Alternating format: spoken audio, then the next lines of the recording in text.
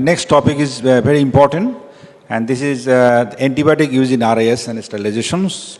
And I think we need to know much about this. May I request Mr. Maniak Agarwal, Mayak Agarwal from Kanpur to present his paper. Good morning, sir. So, we all are good surgeons. We have our own techniques, and that's what we are here to learn for. I congratulate Dr. Chandramohan and thank him very much to select this topic, give it a small space, because all of us, while doing surgery, howsoever clean we think, we all have faced sepsis, we all have faced febrile infections, and very occasional deaths because of septic reasons. So, how to minimize that? It comes under the realm of infection control etiquettes during surgery. Now, it has three aspects: control of environment, control of personnel, whether it's patient or healthcare worker, and control of equipment. Now, everything cannot be covered during 8 minutes. So, I have covered only disinfection and sterilization principles and principles of instrument reprocessing. And that will cover a lot in terms of reducing the post-operative infections. And if you can take these messages from today's talk, I think it will be really great for your patient safety. So, what is sterilization and disinfection? Sterilization means essentially killing of all life form, whether it is the most vulnerable, which are enveloped viruses like HIV, hepatitis B, etc., or vegetative bacteria, or the most resistant, which are spores. That is the sterilization. And the second point is disinfection. Disinfection is like killing the most susceptible organisms. High level disinfectant can leave spores. Intermediate level disinfectant can leave non-enveloped viruses like various diarrhea viruses, rotaviruses, etc. Or low level disinfectant, which is fungi, mycobacteria, non-enveloped, and spores are left. So these are the basic principles, and we should think in our mind, what do I want to kill before proceeding for this procedure? So Spalding came up with a classification more than 50 years back, and made this classification as critical, semi-critical, non-critical instruments. Semi-critical, so critical equipment is which penetrates soft tissue or bone. Semi-critical is which contacts mucous membrane or non-intact skin. And non-critical, which is for contact intact skin. Intact skin means like BP cuffs, thermometers, etc. Critical is the one which we are looking for, and it needs sterilization and sterile storage. Semi-critical, oftentimes we think that for endoscopy we need only semi-critical because we are going only mucous membranes which are intact. Now think about it, mucous membranes get torn and you are actually direct contact with blood, whether it is RIRS or whether it is PCNL, more into PCNL, even when your system is infected with infected stones. So what we need minimum is semi-critical situation, and preferably a critical situation means we need a sterile environment or minimum high level disinfected environment. This is a must. We should not think that we are going through urethra and even some level of disinfection is sufficient. It's a wrong practice. And even for GI endoscopes, the talk is going on. ERCP, the duodenoscopes, they are to be at least high level disinfected, and the talks are going on to make them sterile before using all across the globe. So let alone the ureteroscope, which is actually going in less infected environment, and there is nothing, no question about that. So I will talk about various sterilization methods. Without doubt, high temperature steam sterilization is one of the best forms of sterilization available, whether it is at 121 degrees at 15 minutes or 134 degrees at 5 minutes, and various other methods are also available. It is good for open instruments, laparoscopic instruments. Now even plastic laparoscopic instruments are autoclave compatible, although many of us don't use autoclave for the fear of early attrition of the instruments. Modern telescopes are autoclavable, but we still don't autoclave them for this fear of that they will get damaged. instrument with long channels, because everything gets heated up, it can be sterilized. The problem is that many instruments are non-temperature compatible, like most of the fiber optic or even digital ureteroscopes and many nephroscopes. So steam sterilization cannot be done in this situation.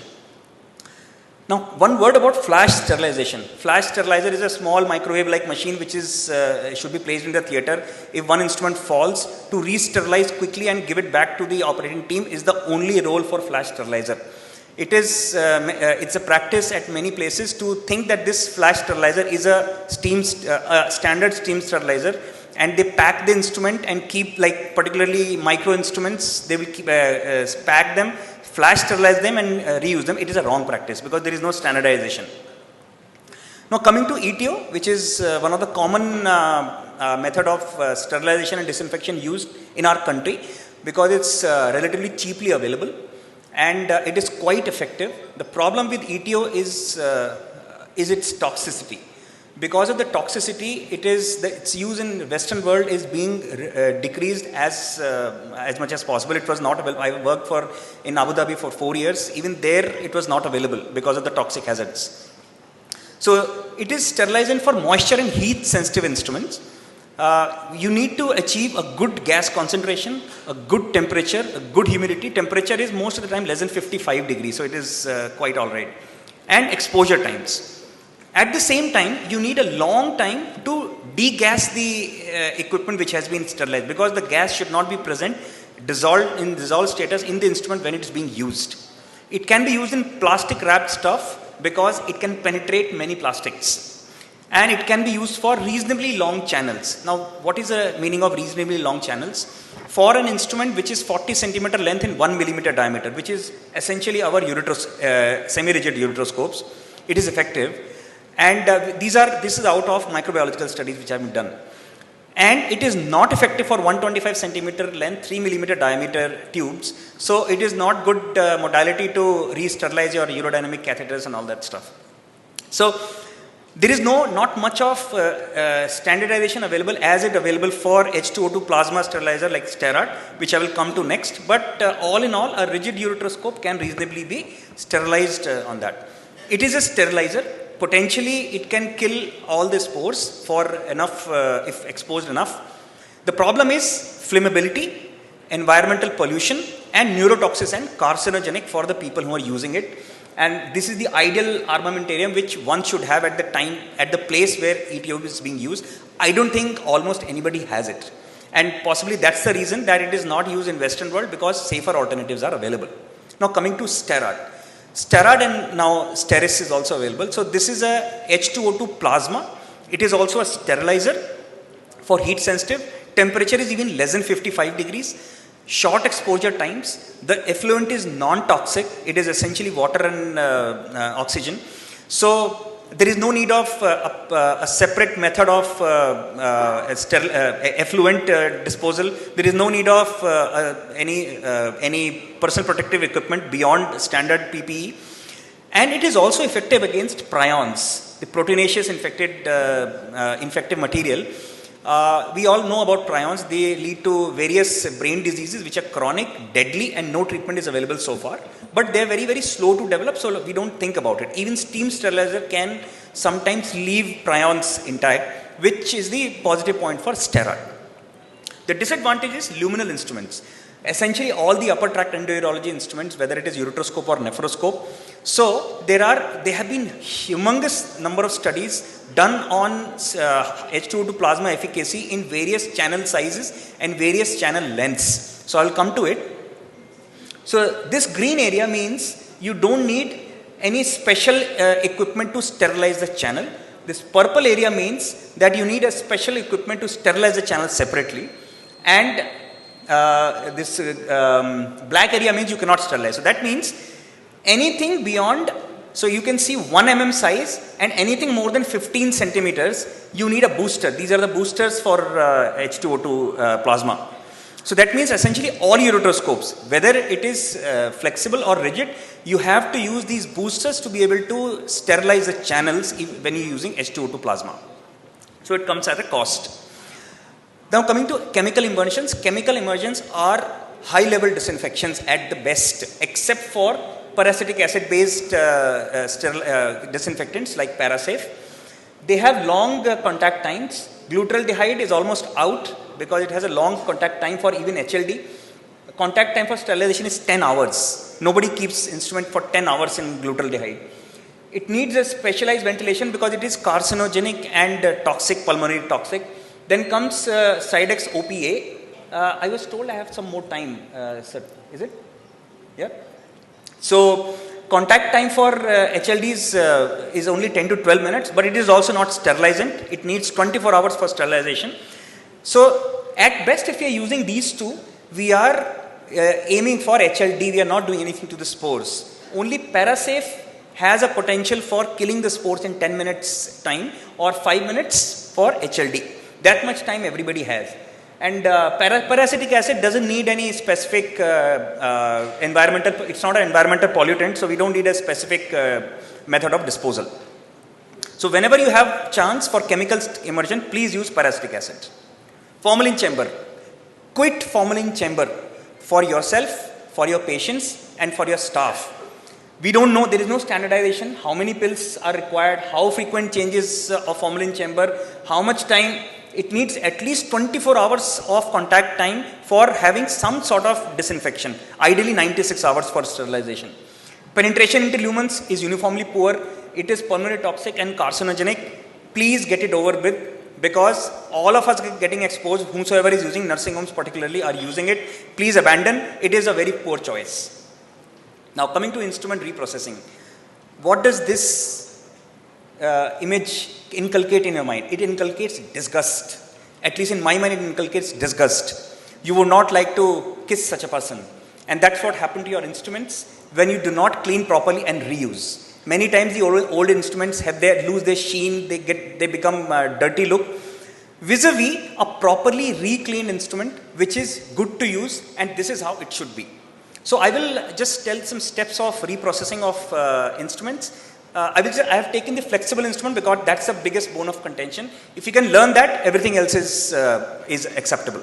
So first is dismantling. Please don't put your whole instrument inside the Sidex or whatever chemical or whatever gas sterilization using. It is useless. Particularly we use those washers, and those washers are left on, and anything which is between the washer and the instrument is dirty. So please dismantle. Pre-cleaning. Obviously, the idea of showing the dirty tongue was pre-cleaning. First, mechanical cleaning is very important. Whatever material is on that, just please wipe it off.